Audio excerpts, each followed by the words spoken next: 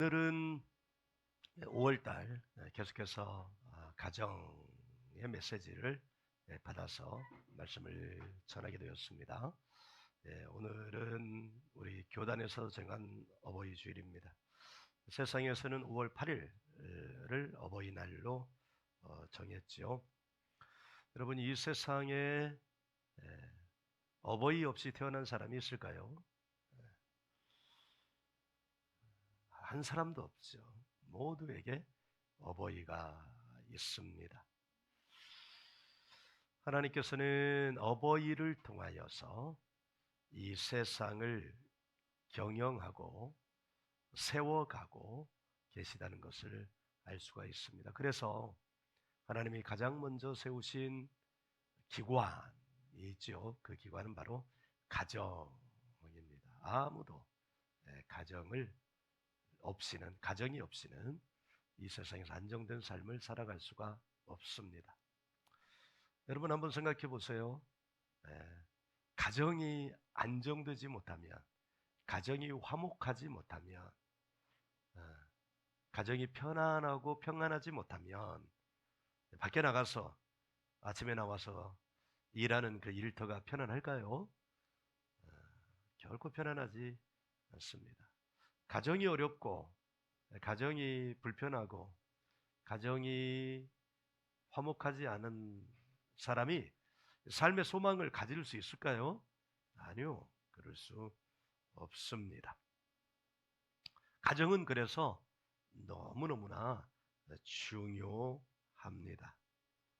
그래서 우리는 부모님의 은혜에 늘 감사해야 하는 거죠. 나를 있게 해주신 것에 대해서만으로도 내가 평생 감사해야 할 일입니다. 하지만 그렇지 않은 것이 우리가 살아가고 있는 세상의 현실이기도 합니다.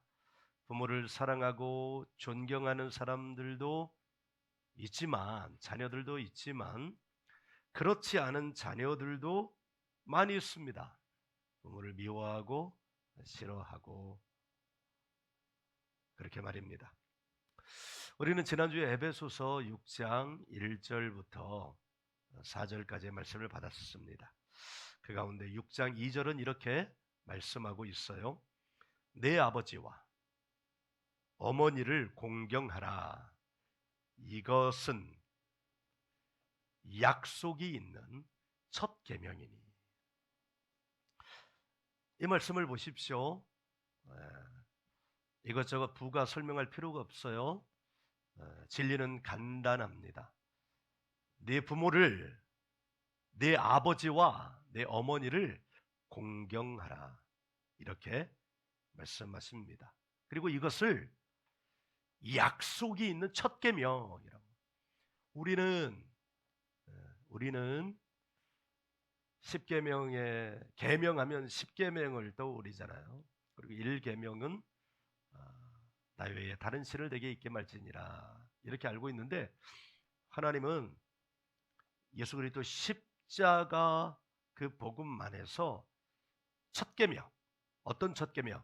하나님의 약속이 담겨진 첫 계명이 있으니 그 첫 계명은 바로 내 아버지와 내 어머니를 공경하는 것이라고 가르쳐 줍니다. 그렇다면 어떤 약속이 있는 것일까요? 그게 3절인데요.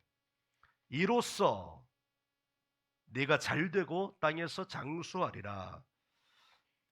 내가 살고 있는 이 세상에서 잘되는 길, 부모, 아버지와 어머니를 공경하는 거야. 네.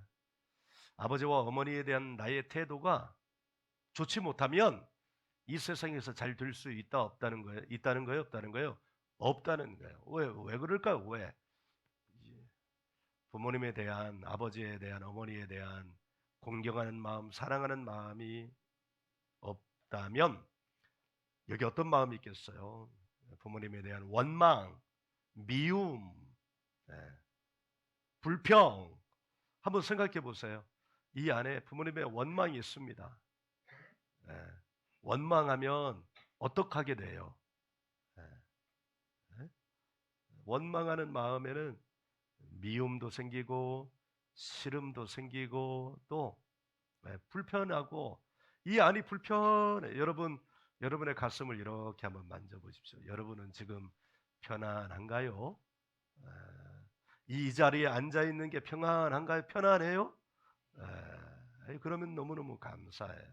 그런데 이 자리에 앉아 있는 것이 불편할 수 있어요. 이 마음 때문에, 마음 때문에. 예배를 드리고자 하는데 예배를 드리는 마음이 속 시원하지 않아요. 왜요? 여기에 불편함이 있으면. 불편함이. 이 불편함을 가지고 예배를 잘 드릴 수 있을까요? 예배 잘 안 드려져요. 앉아 있지만 잘 드려지지가 않아요. 바로 이 공간 안에서도 지금 그렇단 말이에요. 그런데 이제 오늘 주일을 보내고 내일부터 또 월요일이 시작돼요. 오늘 웬일로 집에 가가지고 이 부모님에게 막 화를 내고 짜증내고 그런 부모님도 가만히 있어요. 이놈의 새끼, 내가 너를 낳았는데 이 새끼 막 이러면서 또 다투고 그러면 이제 우리 주님이 말씀하셨잖아요. 그날의 분노는 너는 어떡하라? 그날에 다 풀어라. 그런데 이게 되나요? 훈련되지 않으면 안 돼요. 그 다음날 아침까지 밤새 여러분 꼭 기억하세요. 자기 전에 자기의 마음을 가장 좋고 아름다운 것으로 꾸며야 되는 이유는 내가 자고 있을 동안에 그날 하루 동안 내가 의식했던 거, 보았던 거, 말했던 거, 내 기분, 내 감정, 나의 의식 이 모든 것들이 그날 밤에 자는 동안에 나의 무의식 속에 쌓이기 때문입니다. 안 쌓인다고요? 쌓여요. 그 전날 막 싸우고 그 다음날 아침에 일어나면 몸이 개운해, 너무 상쾌한 것 같아, 야호, 이런 사람 있어요? 그 전날 싸우고 나면 그 다음날 아침 일어날 때 어때요? 마음이 기분이 찝찝하고 몸도 찌뿌둥합니다. 그럼 그날 하루를 잡치는 거예요. 아무리 좋게 살려고 해도 잡치는 거예요. 왜 그러냐면 그날 밤에 내 무의식안에 싹 쌓이면서 그 무의식안에 있는 것들이 어디에 영향을 미치는 거예요? 나의 전부에 다 영향을 미치는 거예요. 우리 주님의 말씀입니다. 여러분, 오늘 우리가 함께 읽은 레위기 19장 1절부터 4절이 에베소서 6장 1절부터 4절까지의 말씀의 구약 버전이에요. 구약 버전. 구약 버전. 이 말씀들을 주의 깊게 읽어보면 하나님의 마음을 우리가 잘 알 수 있어요. 사람과 사람도 마음을 알고 우리가 가까이 지내려고 한다면 그 사람의 마음을 알고 그 마음을 따라서 우리가 함께 한 마음이 되어야 되죠.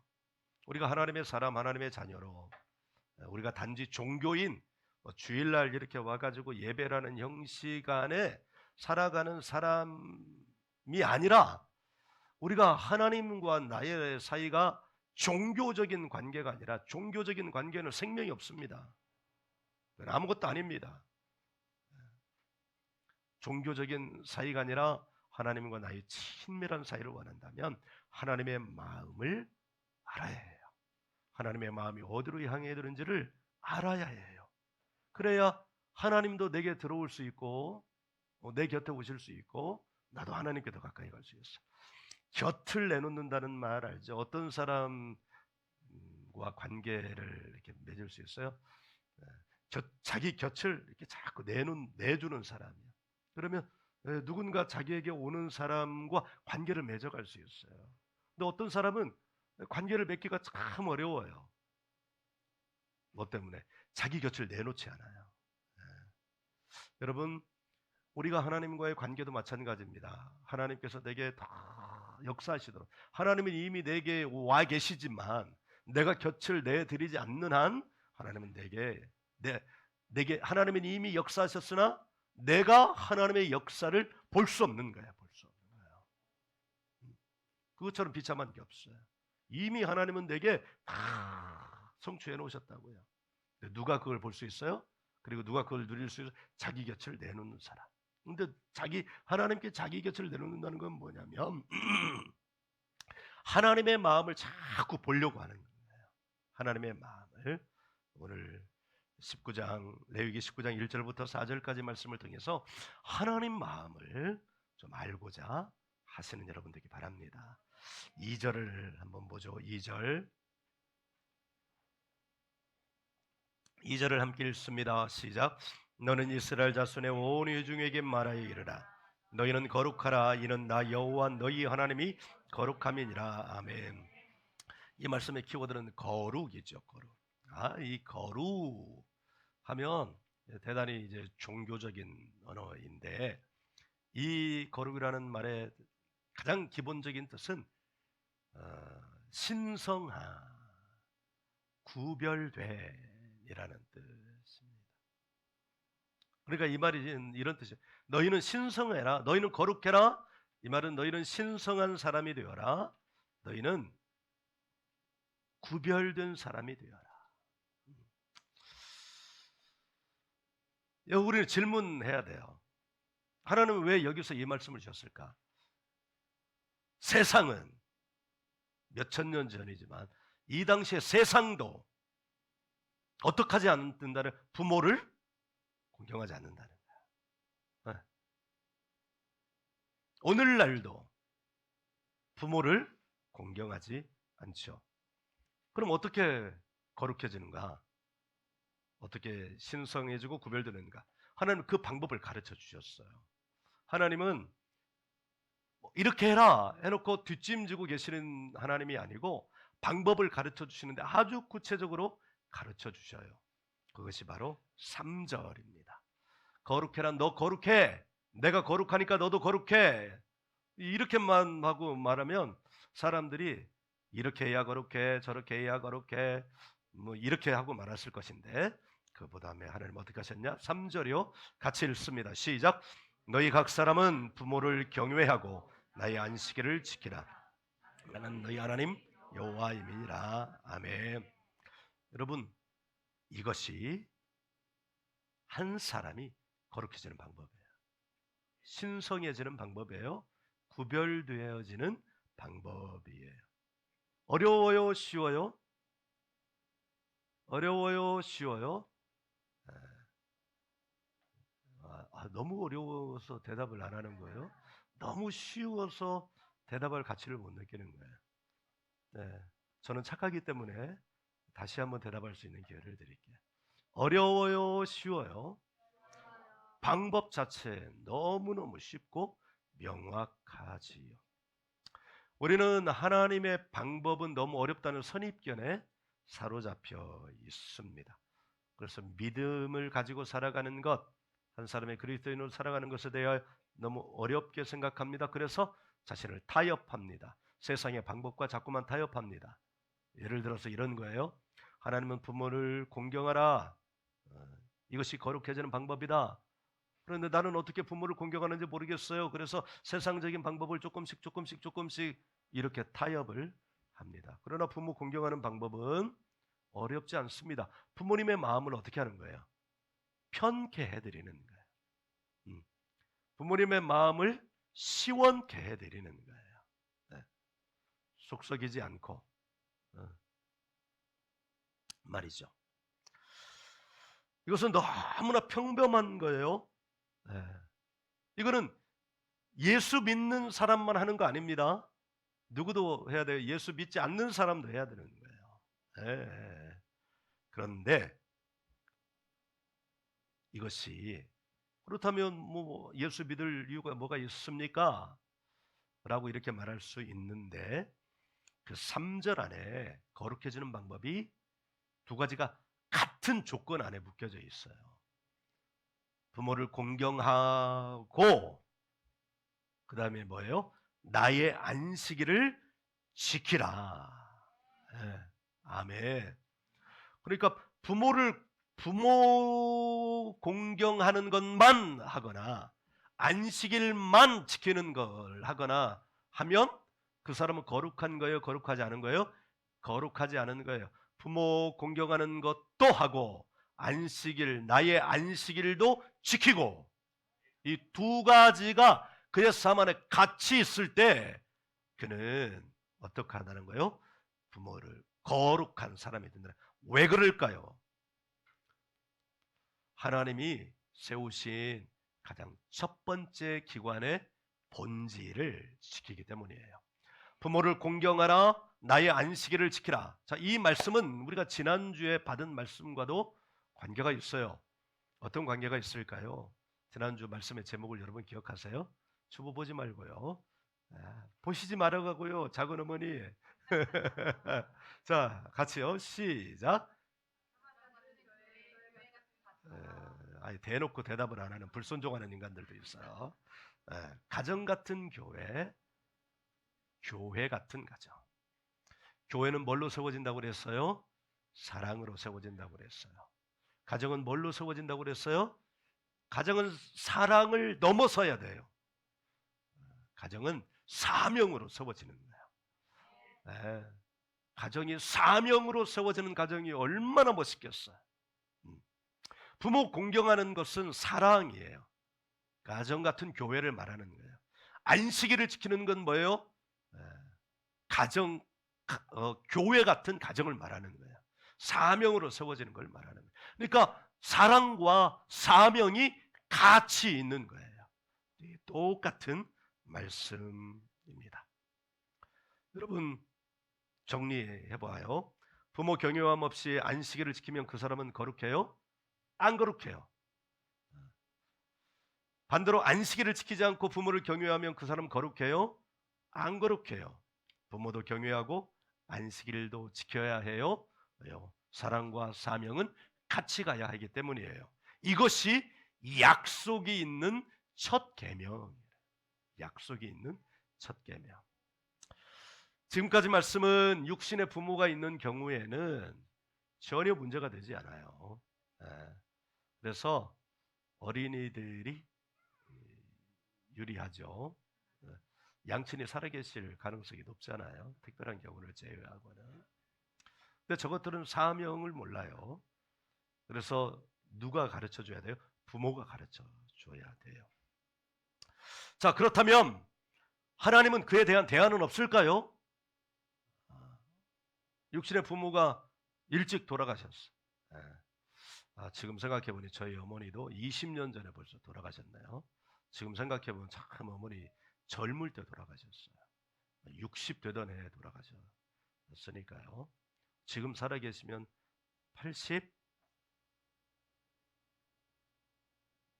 되실까요? 80세가 되셨을 것 같아요. 육신의 부모가 없을 때는 어떻게 해야 되는가? 부모님이 다 돌아가셨을 경우에 제사라도 지내야 되는가? 그럴 수 없죠. 하나님은 어떻게 해야 되는지를 말씀 안에 답을 심겨 놓으셨습니다. 한 구절만 찾아서 볼 거예요. 디모데 전서 1장 2절입니다.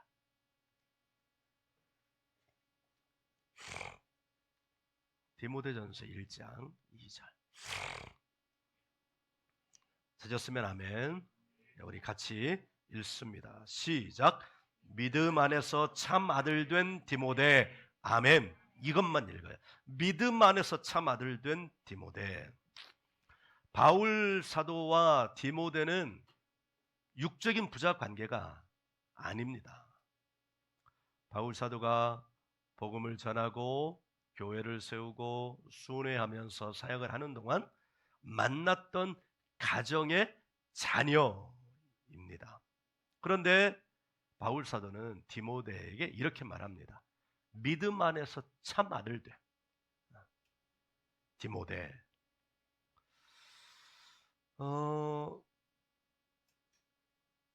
이 말은 바울 사도가 디모데를 아들로 불렀다면 디모데는 바울 사도를 뭐라고 불렀을까요? 아버지라고 불렀을 거예요. 네, 그 앞에 조건이 하나 있어요. 믿음 안에서. 이 말은 육신의 부모가 일찍 돌아가거나 부모가 그리워온 사람들이 또 성년이 되어서도 특별히 더 부모를 그리워하는 존재적 특징을 가지고 있는 사람들이 있잖아요. 하나님은 부모를 공경하고 안식일을 지키는 거룩의 방법을 알려주셨는데 일찍 부모님이 돌아가신 경우는 어떡하란 말인가? 성년이 되어도 부모가 특별히 그리운 사람은 어떡하란 말인가? 여기 답이 있어요. 믿음 안에서 부모 자녀 관계를 맺을 수 있는 방법. 지금 바울 사도는 어떤 직분이세요? 목회자, 목사. 그래서 하나님은 어떻게 말씀하고 계시냐면, 이 말씀에 따르면 육신의 부모가 없어도 부모를 공경하고 경외할 수 있는 길을 열어주셨는데, 하나님 아버지의 마음을 알 수 있게 해주셨는데, 그것은 믿음 안에서 부모 되고 믿음 안에서 자녀 되는 관계. 누가 이런 관계가 될 수 있을까요? 목사와 성도의 관계가 그렇습니다. 영적 아버지, 이건 위험한 표현입니다. 그러나 믿음 안에서 아버지 된, 믿음 안에서 자녀 돼. 오직 영적인 아버지는 우리 하나님밖에 계시잖아요. 표현상 오해할 수 있는 거예요.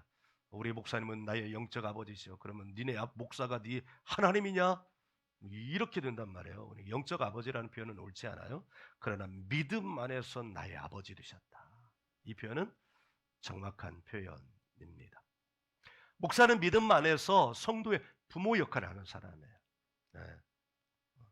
육적으로야 목사가 나이가 어릴 수 있고 성도가 나이가 많을 수 있죠. 그러나 믿음 안에서는 목사가 성도의 아버지 역할을 하는 거예요. 네. 그래서 아버지를 보고 싶은데, 어머니를 보고 싶은데 일찍 돌아가셨어. 그러니까 우리 하나님은 우리를 만드셔서 너무 잘 아시는 거예요. 아빠가 돌아가셨어, 엄마가 돌아가셨어. 그럼 어디 가서 누굴 만나면 되는 거예요? 교회 가서 믿음만에서 아버지 된 목사님 만나는 거예요. 목사님. 아멘. 네. 룻은 이방 여자였잖아요. 모압 여자였어요. 특히 모압은 하나님이, 이 모압 사람들은, 암몬과 모압 사람들은 이스라엘 총회, 이 말은 하나님의 백성의 그룹 안으로 들어올 수 없는 것들이야. 네.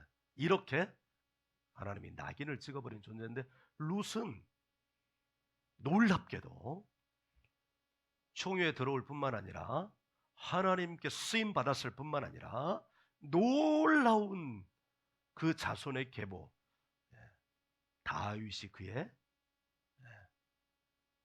증손자인가? 손자. 다윗이 하나님께 얼마나 이쁨을 받았어요. 너무너무 이쁨을 받았어요. 그런데 그 이유가 뭘까요? 내 부모, 내 아버지와 어머니를 공경하라, 이것은 약속이 있는 첫 계명이라고 그랬잖아요. 그러니까 룻의 후손에 다윗도 나오고 결국은 누구도 나온 거예요? 왕가잖아요. 왕가. 그리고 또 누구도 나왔어요? 예수님도 나왔어요. 이 약속이 있는 첫 계명의 가장 좋은 예는 누구냐면 바로 여기 룻입니다. 그럼 룻은 도대체 뭘 어떻게 했길래요? 자, 룻기 1장 16절이요.